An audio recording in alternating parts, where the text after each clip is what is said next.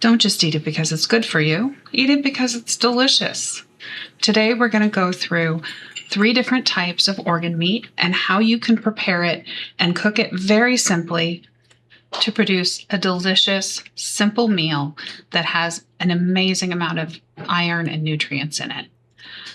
The trick with offal, O-F-F-A-L, not A-W-F-U-L, is preparation, because these are not traditional meats. They have to be prepared slightly differently, and that starts before you ever turn on the stove. The first hill I'm willing to die on is soaking your organ meat. There are a lot of standard American recipes that say you need to soak the organ meat for whatever reason. They are all, without exception, incorrect. You don't need to soak properly prepared organ meat. Additionally, it will affect the texture and the flavor. Now, the flavor is sort of the point with some of these things, but you'll do far better with a marinade than you ever will by soaking it in water or milk. With chicken liver, you want to rinse it and drain it. Then you will go through it piece by piece, looking for the gallbladder. Theoretically, this should have been removed during processing. However, it is missed more than you might expect. And this particular batch right now, I found at least 3 of them. The actual chicken liver is rounded on one side and flat on the other. The gallbladder is rounded all the way around and looks somewhat like a grape. As you can see here, it's about the same size as a grape as well, or even a chicken heart. But the reality is that the gallbladder tastes horrible. It's full of bile, which is basically what vomit tastes like, and it will affect the flavor of your entire dish with that lovely bile flavor if you don't go through and make sure that every single one of those little monsters is removed from your chicken liver. Once you've prepped the entire batch, you can start cooking. Chicken liver in particular is very delicate. You don't want to overcook it. I'm sauteing this in a cast iron pan with butter over medium heat until it's just cooked through. Lightly browned and lightly salted, these are ready to eat. Rich, flavorful, and just lovely. Enjoy. Next, we'll do lamb kidney. This is how lamb kidney shows up at the place I buy it, which is a PCC market. However, if it shows up differently in different places, then I just want to say if there is a white membrane on the outside, you want to delicately cut around it without cutting the organ itself and pull that off. That is not part of what we eat. I'm patting each of these dry. Dry meat browns best, and you want to be able to brown these well. Lamb kidney is my personal favorite. There's a lot of myth around lamb kidney. One is that that is where urine is made, and technically that's true, but it's not actually in the organ meat that the urine is made. It's actually in the white tubes that come out of it, which is why we cut them out. This is why you don't ever, ever, ever have to soak lamb kidney. Kidney is very, very absorbent. It's a little sponge. You'll absolutely destroy your ability to brown it and cook it with anything like a delicious flavor or texture if you soak it. So again, cardinal rule, don't soak organ meat. To prepare these, we cut them in half lengthwise so that you get 2 pieces that look kidney shaped. Then you will pull the white membranous tissue from the middle and cut it as close to the base so that none is left as is possible.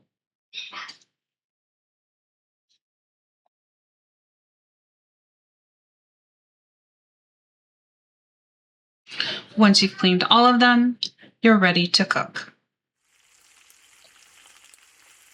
I'm sauteing these in a cast iron skillet with salted butter over a relatively high heat. I will be salting them along the way, but ultimately it's salt to taste. As you can see, kidney releases a lot of moisture. If you had soaked them, they would be soup by now. You're going to keep cooking them until the liquid cooks down to sort of the texture of a pan sauce. but does not completely go away. Darkly browned and cooked well through, I prefer my kidney to be well done. Try it and see what you like for yourself. Now for beef liver. As with the others, you want to pat them dry if at all possible. As with beef liver, as with anything really, but especially with organ meat, you want to be very careful when you're getting it at the butcher. With this beef liver, I fell into a trap that we can all fall into, which is that I bought it from a trusted source, so I wasn't looking as carefully as I should have. Typically, you want liver that's thin sliced all the way through rather than thick like this is. You also want it to be darker. This was frozen, and I couldn't tell until it was defrosted that it wasn't quite as bright looking as I would want it to be. So remember, when you're looking at liver, you want it to be a dark, deep, reddish color, brighter reddish color, not this sort of vaguely freezer burned brown color. It's harder to tell when you're looking at frozen, but still, it's something you want to be careful about. The other thing is organic. It doesn't have to be organic. That isn't critical. However, the liver filters everything that goes through the body, which means if it's getting a lot of chemicals and unnecessary medications, that is going through the liver, and it absolutely does affect flavor. So if you're going for optimal flavor, I would at least suggest trying organic in comparison. I should note that this does not apply to chicken livers. Chickens are not fed the same amount of chemicals as generally processed beef are.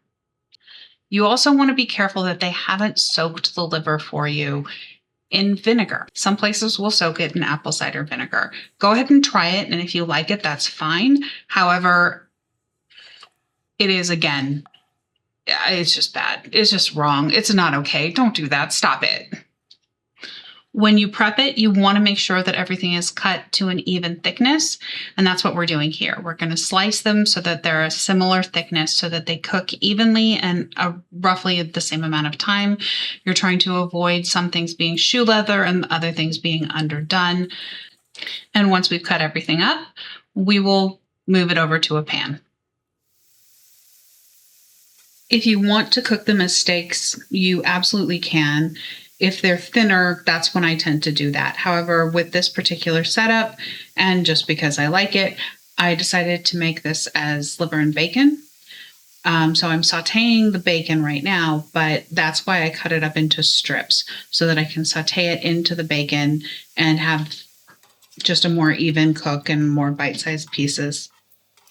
I'm using a pork bacon here. However, it tastes fantastic with a beef bacon as well, so don't let that limit you. Now I'm going to add in the liver and stir it, saute it briskly until it's cooked through.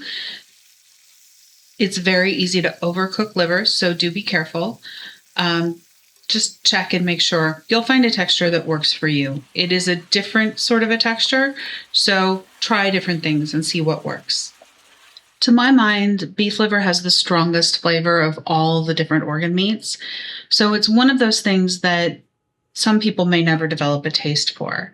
However, the others are fantastic and have milder flavors, different textures, and honestly, even beef liver will grow on you, especially if you have a nutrient deficiency that it can address. I recommend doing your best to get the best quality of organ meat you can find and giving it a try. But do make sure that you prepare it well. It makes a world of difference.